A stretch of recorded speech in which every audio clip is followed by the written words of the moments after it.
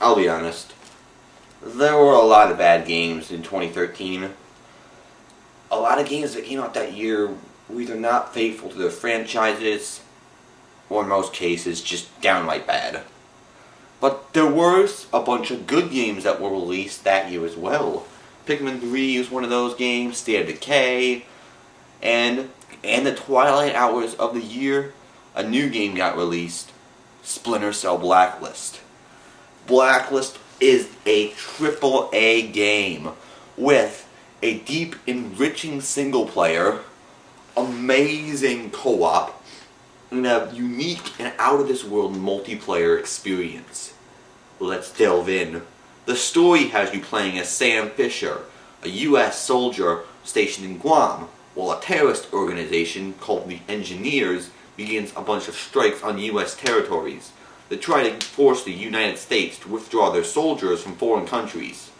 They claim these attacks the Blacklist and have scheduled attacks each week that you, Sam Fisher, are tasked to deal with. You are commissioned to 4th Echelon, a super elite task group consisting of the best, and given the fifth freedom to do whatever is necessary to complete their goals. You and your team, Grim, the intelligence expert, Charlie, the tech expert, and Briggs, another soldier, aboard your super advanced plane, Paladin, are sent out on a global mission to capture Sadiq, the leader of the Engineers, and stop the Blacklist. Well, the focus of the single player involves you gathering evidence, try to pinpoint Sadiq's location, and find out who's supporting the Blacklist. Along the way, you're simultaneously trying to defend U.S. soil from ever-going in threat terrorist attacks against its people and its infrastructure. The game really does the single player well, as each mission is broken down into relatively short segments, but they combine together for a long mission overall. Your plane, Paladin, is also fully customizable. You can spend your hard-earned cash, which you earn from missions, to upgrade your plane. I only wish they had incorporated more into upgrading, as you can easily fully upgrade it, and it only really adds new custom classes and new weapons, as well as a few other things, and increases the amount of money you get for every mission.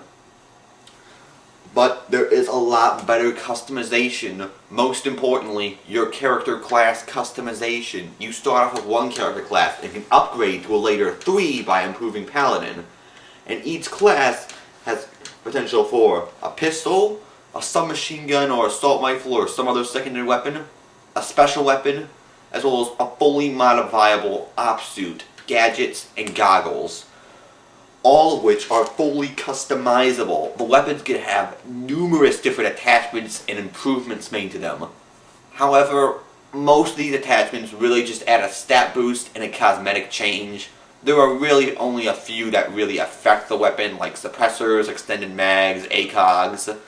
Most of the time, it really just improves the stat, or just adds a cosmetic difference, especially with armors. There's really no improvements to armors besides different colors. And that's one of the things I have a problem with in the game. There's so much more possibility, but there's just so much ability to customize. It really makes up for the few mishaps they made. And you can't expect the game to be 100% perfect. But it still kind of annoys me a little how most of these upgrades don't affect it much. It affects them a lot more when you're playing a certain class in multiplayer, but for the most part of the single player, the customization is most of the time cosmetic and stat boosting.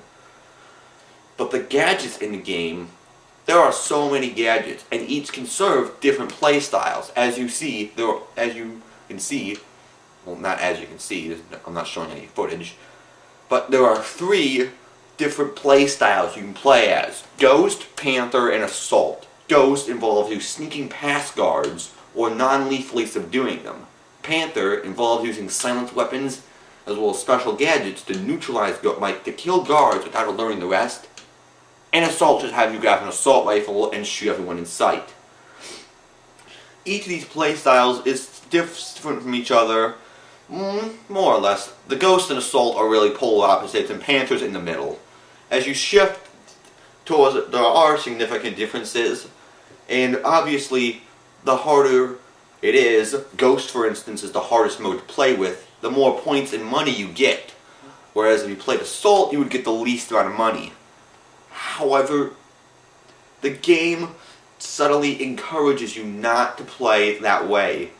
Open firefights are hard, even on the easiest difficulty. The game overall is very hard. It holds no punches. If you get spotted, you're going to have at least half a dozen guys with assault rifles on you. And no matter how much you improve your op shoot, you can only take a few hits. You can't stay out in the open. You'll get your butt shot off and murdered a dozen times. And not to mention your secondary weapon, which is your primary weapon for firefight, only has a limited ammo, only a couple of clips spare, plus whatever you got loaded. Your pistol does have unlimited ammo, but it's not effective in a frontal firefight. Even playing stealth is hard, and enemy detection can be a little brutal, especially in open sections with snipers, drones, a lot of enemies. It's really hard to play through, no matter what style. It really does not favor Ghost or Assault. Panther, at what I did, it's generally the easiest, is you really can't leave guys just hanging there. They'll spot you eventually. It'll come back to bite you if you leave a guy not assaulted or something.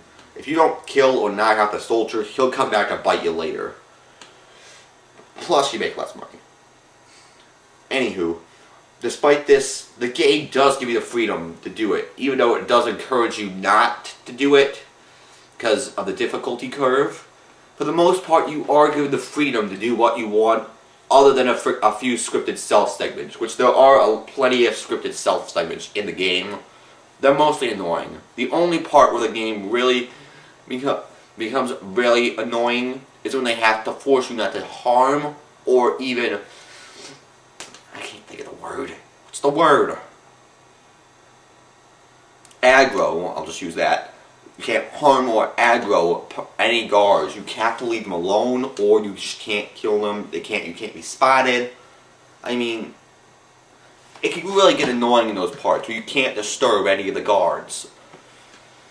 And those stealth segments are very annoying, and there are a fair number of stealth segments, as this is an espionage game. You are not just supposed to solve every problem with an assault rifle. You are supposed to be sneaky, which is why Assault pays the least. Now, besides the main storyline missions, there are also sub-missions given to you by your crew, which you can find by either talking to them or on the main map. And these are the main co-op missions. There are a grand total of 12 co-op missions total. 12 to 16, I'm pretty sure it's 12, but maybe 16. Anywho, each of these missions can be played single player or co-op, except for the break missions, which are strictly co-op. And each mission has a distinct play style to go with. The Grim missions, you have to do stealth. The Coben missions, which Coben is someone you find early in the campaign. The Coben missions recommend stealth, as it gets hot, but you can go assault if you want. The break missions are co-op only, and Charlie missions are like wave defense. And these missions, like I said, can be played single player for the most part, or co-op. The only chief complaint I have with these is the Grim missions. They're really bad at checkpoints. There are no checkpoints in the Grim missions, and so if you screw up once and get detected, you have to redo the entire mission, even if you are at the end. And that is really annoying. Especially when you work so hard to get past all the guards. Because like I said, this game is tough. But what the game really wins me over is the multiplayer. You could spend your entire weekend just playing Blacklist multiplayer. There are 5 different multiplayer modes. Classic, Blacklist, Uplight Control, Extraction, and Team Deathmatch. Although, based on my experiences, Splinter Cell, Spies vs. Merc, Blacklist is really the only game mode you're going to really find a match in. The multiplayer is really thought out. You play, there are 2 distinct playstyles. One team plays as the spies usually, which can't sustain a frontal fire fight as much as the Mercs, which are the other team, but they can use parkour and stealth to their advantage to pick off the Mercs one by one. The Mercs have to rely on better detection to spot the spies before they get their necks snapped. But they also have better body armor and better weapons to quickly neutralize the spies when they see them. There are distinct differences, including loadout. There is a lot of customization. My main complaint with the game, multiplayer though, is you need a Uplay account to fully utilize it. Jesus. You should not need to sign up for another account just to fully experience the multiplayer. Without a Uplay account, you're capped at level 5, can't join certain playlists, and you cannot use custom classes. You'll only be able to use the 3 default classes, 2 of which you'll have to purchase with in-game currency. So it really is very annoying, the fact that that Ubisoft forces you to get a Uplay just to fully experience the multiplayer. It really is annoying, and I wish Uplay didn't do it. Now, the pros and cons breakdown. The pros of the game. Excellently well done single player. I have not seen a story that good in a while. There are twists and turns everywhere. You do not know what to expect by the end. I mean, it is well thought out. The co-op missions are well done. It's not like something they just threw on at the end. It's like, oh, here, let's do this. And for the most part, you don't have to play co-op with some of them. Only a few of them need co-op to break missions. The multiplayer is significantly well thought out. It is significantly good. It's one of the best multiplayer systems I've seen in a while, like single player. The customization in the game is top-notch. Despite the few just stat boosts, there's so much customization, especially with gadgets and stuff. There are things like trip mines, noisemakers, all sorts of stuff. And not to mention my favorite thing, using a taser and just tasing everyone in sight, or shocking a puddle and just electrocuting everyone on the puddle, which is my 5th best thing about the game. The environment plays a factor. You'll have to use shadows for cover. You'll have to parkour around positions. There are many different paths you can take to get to the objective. You can use things like water puddles to shock multiple enemies. You can use enemy bodies to distract enemies. It's very well done. The cons of the game, it has a severely high difficulty curve. This game, it's no joke.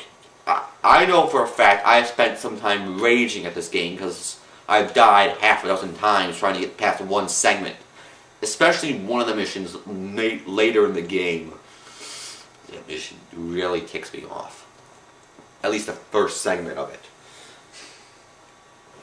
Also, the fact that you should need a Uplay account to fully enjoy multiplayer is BS. I think it's really an a-hole move by Ubisoft that they force you to do this.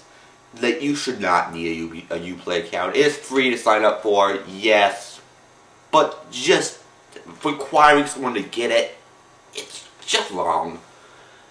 And then finally, the customization for the most part is just cosmetic and stat boosting, not really too many gameplay affecting things.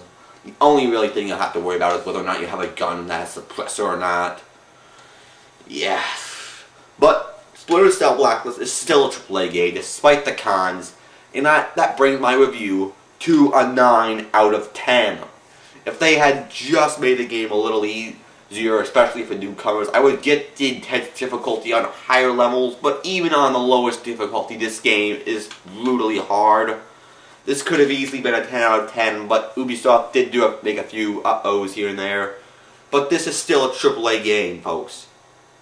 And that is the end of my review for Blacklist. So remember, drink some lemonade, pick up a controller, and have a good time. Peace out, peoples.